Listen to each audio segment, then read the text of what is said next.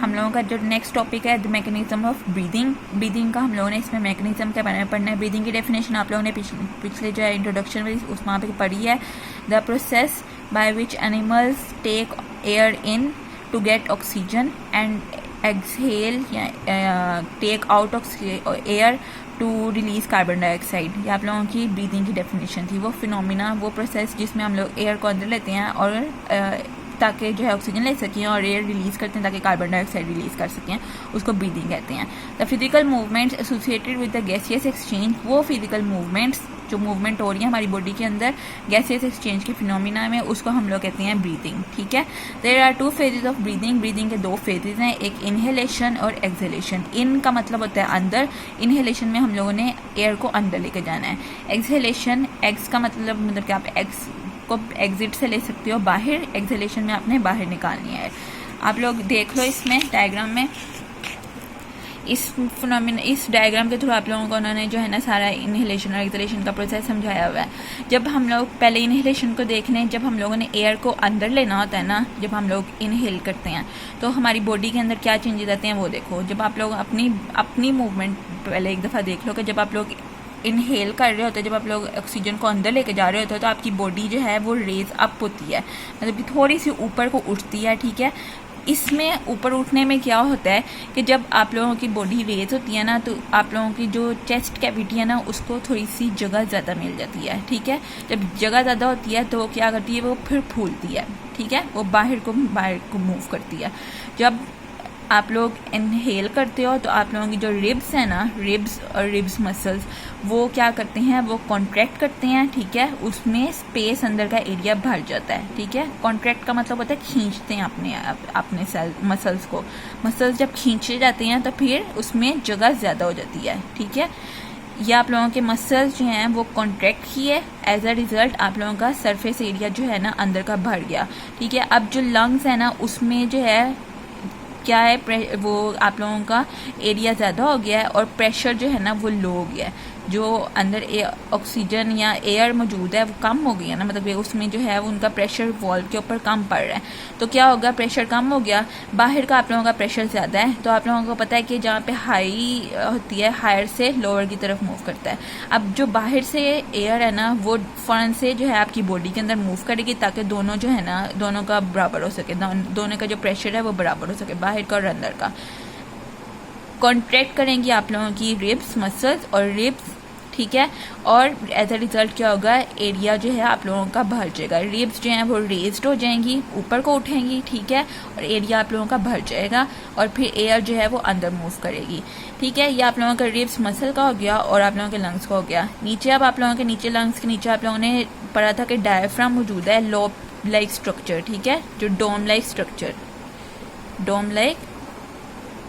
Structure मौजूद है। ठीक है, अब इस डोम लाइक स्ट्रक्चर का क्या होगा, या जैसे ही आप लोगों के रिब्स मसल वो कॉन्ट्रैक्ट करेंगे तो आप लोगों का डोम लाइक स्ट्रक्चर भी कॉन्ट्रैक्ट करेगा। ठीक है, ये भी खींचा जाएगा ना यहाँ से। जैसे अब आप लास्ट इलास्टिक को देख लो, जब आप उसको खींचते हो तो वो सीधी थोड़ी हो जाती है ना, ऐसे ही जो आप लोगों का डोम लाइक स्ट्रक्चर है, जब ये खींचा जाएगा, जब इसमें कॉन्ट्रैक्शन होगी तो फिर ये क्या हो जाएगा, ये थोड़ा सा जो है ना सीधी हो जाएगी। ठीक है, डोम आपका सीधा हो जाएगा, मतलब कि आपका जो डोम है वो डाउनवर्ड मूव करेगा।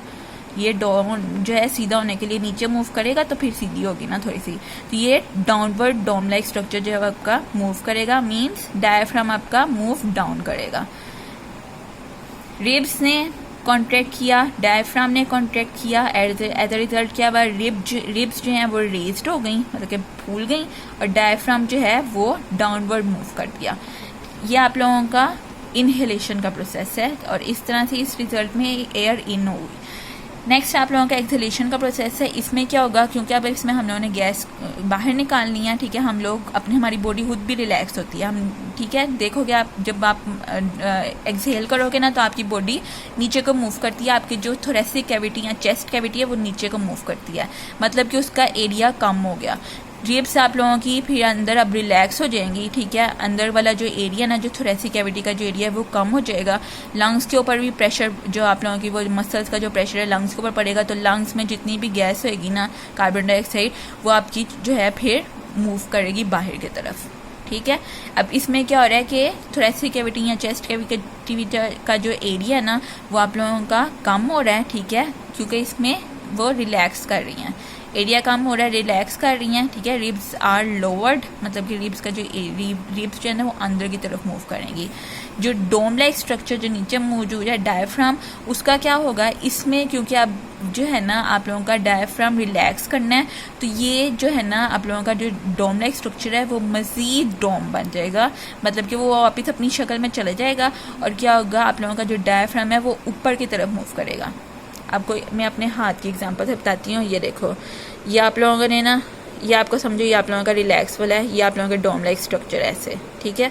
जब आप लोगों ने इसको कॉन्ट्रैक्ट किया तो ये थोड़ा सा सीधा हो गया, ठीक है, ये कॉन्ट्रैक्ट में सीधा हो गया, इस तरह से समझो, थोड़ा सा डोम लाइक रख लो लेकिन सीधा रखा हुआ है। जब आप फिर से इसको रिलैक्स करोगे तो फिर यह वापस डोम लाइक स्ट्रक्चर बन गया, ठीक है। यही बात यहाँ पे आप लोगों को उन्होंने बताई है कि जब आप लोग रिलैक्स करते, जब आपका डायफ्राम रिलैक्स करेगा ना तो उसका डोम मजीद भर जाएगा, मतलब कि आपका डायफ्राम ऊपर की तरफ मूव करेगा। यहाँ पे नीचे की तरफ मूव कर रहा था, यहाँ पे ऊपर की तरफ मूव कर रहा है, ठीक है।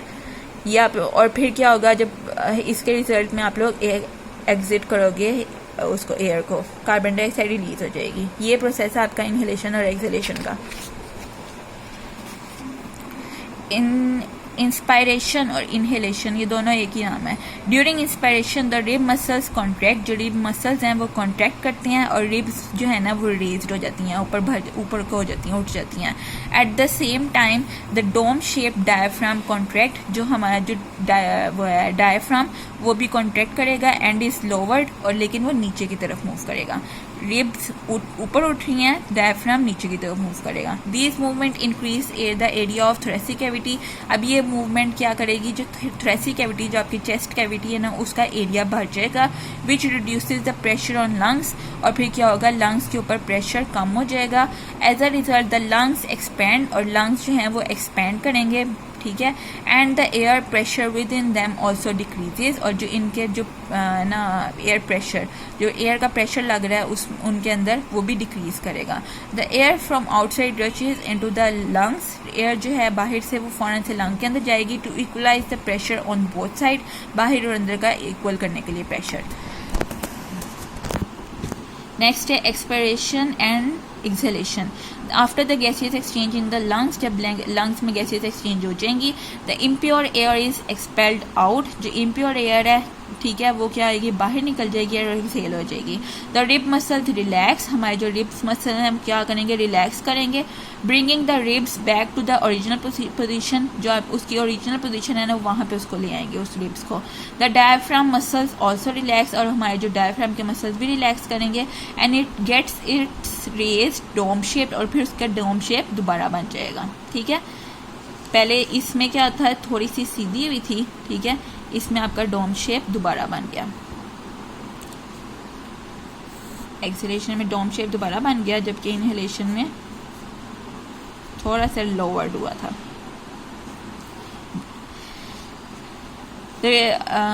डोम शेप, ठीक है, it get raise dome shape. This reduces the space in the chest cavity, अब ये रिड्यूस कर देता है स्पेस जो है ना चेस्ट कैविटी में, and increase the pressure on the lungs, और लंग्स पे प्रेशर भर जाएगा। The lungs contract and the air is expelled out, अब लंग्स कॉन्ट्रैक्ट करेंगे और एक्सपेल्ड करेंगे एयर को,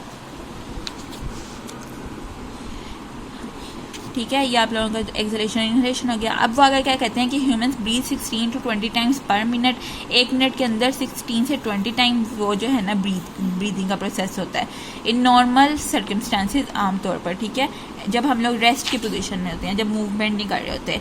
the rate of breathing is controlled by the respiratory centre in the brain, हमारे ब्रेन के अंदर जो है ना एक रेस्पिरेटरी सेंटर है जो कि ब्रीदिंग को कंट्रोल करता है। The respiratory centre is sensitive to the concentration of carbon dioxide, ये जो है ना कार्बन डाइऑक्साइड की कंसनट्रेशन के ऊपर ज़्यादा इसका डिपेंड करता है कि जितनी हमारी बॉडी के अंदर कार्बन डाइऑक्साइड की कंसनट्रेशन ज़्यादा होगी उतनी ज़्यादा रेस्पिरेटरी जो है ना वो सेंटर मूवमेंट ज़्यादा करेगा इन द ब्लड।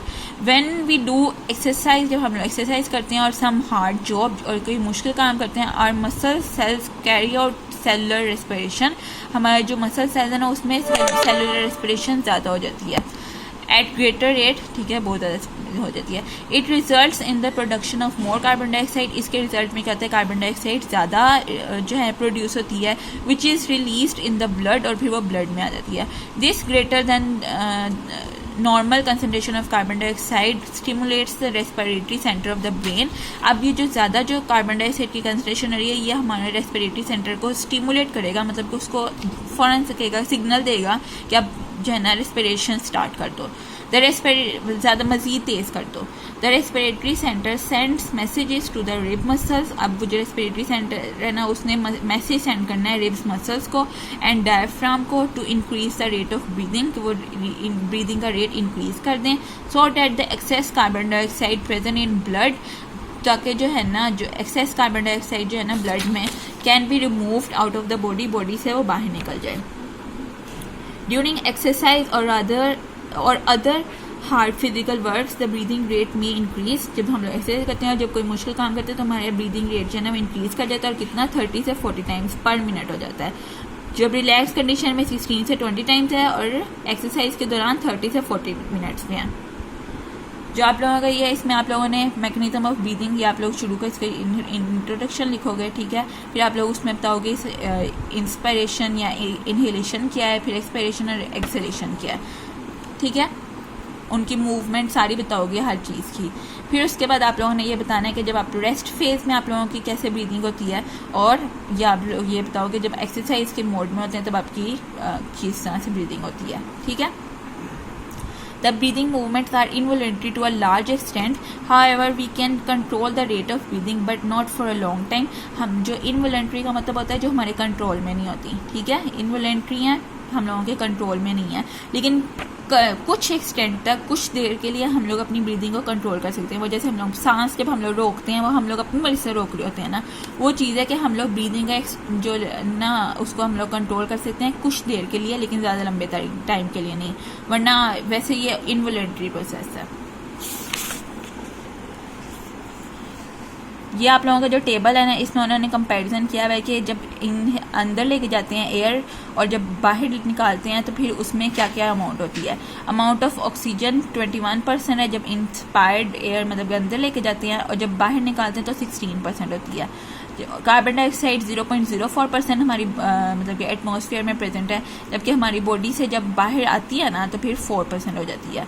नाइट्रोजन की अमाउंट दोनों में सेम है, 79% 79%, उसको कोई फ़र्क नहीं पड़ता। कार्बन डाइऑक्साइड और ऑक्सीजन को फ़र्क पड़ता है। अमाउंट्स ऑफ वाटर वेपर, इसमें जो आप लोग जो अंदर लेके जा रहे हो वो वेरिएबल है, मतलब कोई वेरी करते हैं, डिफरेंट होते हैं।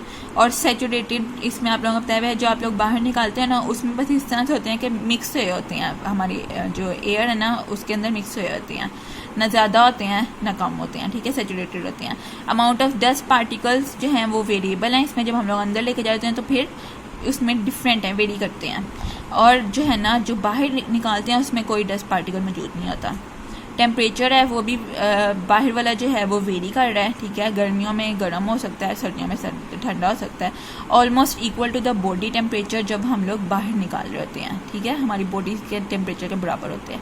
ये आप लोगों ने ये टेबल याद करना है, ये आप लोगों का MCQs के तौर पे आता है, ठीक है। और ये आप लोगों का लॉन्ग है, ठीक है, ये लॉन्ग आता होता है, इसमें आप लोगों ने ये लाजमी करना है, इम्पोर्टेंट।